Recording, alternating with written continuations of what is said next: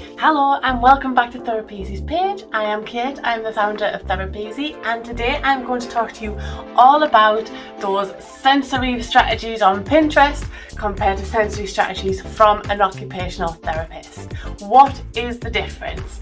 So if you like the video, click like and subscribe to our page to get all the updates.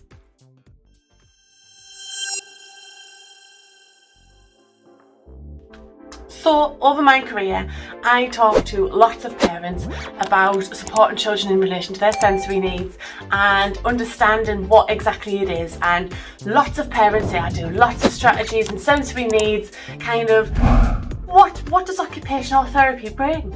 So I have got the three main differences for you in relation to the strategies that you'll find online compared to what an occupational therapist will provide for you.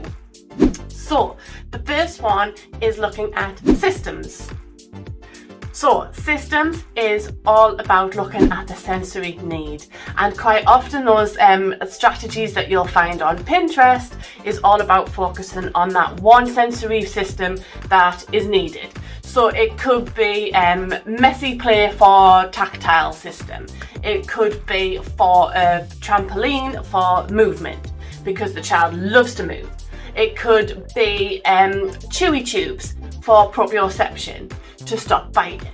So all of these kind of strategies focus on one particular sensory system. What us as using sensory integration and providing sensory strategies look at, it looks at the integration of the sensory systems. What happens with children with sensory processing is their systems aren't integrated and modulated like they should be. So what we do is we provide strategies and activities which promote optimal levels of functioning so the children can have a different functional outcome. There's nothing wrong with the Pinterest activities and it's really good to help meet the need. It just doesn't readjust the nervous system like strategies from an occupational therapist would. So the second, number two, is bodily changes. So let me use the analogy. Okay, so the more chocolate that you have, the more you want. That's usually the case, right? I know it's certainly the case for me.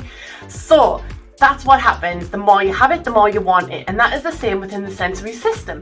So if your child loves movement and you provide lots of movement and trampolining and lots of movement-based activities, what will happen is their nervous system will keep needing that amount of input to be able to have a functional outcome. Whereas what we do, as if you think about it from the chocolate perspective, is that if we fuel our body correctly with the correct nutrition, the reduction of the sugar cravings will happen. And that is what we need to do from an occupational therapy sensory perspective. We need the correct strategies that integrate the system and manage and regulate the body and readjust that nervous system so that they are more regulated and so they don't always seek so much of that input that the body needs currently. And number three is reactive versus proactive. So quite often some of the sensory strategies in used from Pinterest and everything and all the strategies you find online is quite often the reactive strategy to a behaviour. So it could be if a child's biting, you buy chewy tubes and all that kind of strategies. And that is not what we want. We want proactive. We want the child to feel regulated throughout the day so that that behaviour at the end of the day, for example, does not happen. And that is why we need to achieve the optimal level of functioning, to specifically designing sensory activities throughout the day to achieve the optimal level of function and ensure regulation happens so that that behaviour that we're wanting to reduce reduces. So it's not a reactive strategy like sometimes some sensory strategies are that you'll look on Pinterest and you'll think, how can I support this behaviour? Or I'll stop the smearing, let's do messy play instead.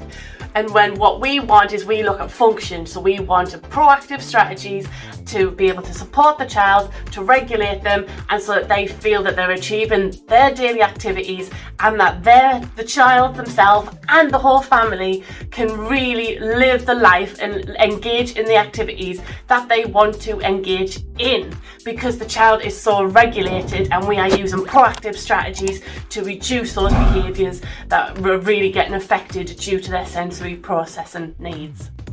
So I hope you found my three differences useful, because quite often it can get confusing. If you want to learn more, please go and check out our website, and there'll be a lot more information on there, and you can get in touch with us via the website also. And I hope to see you all next time. See you later.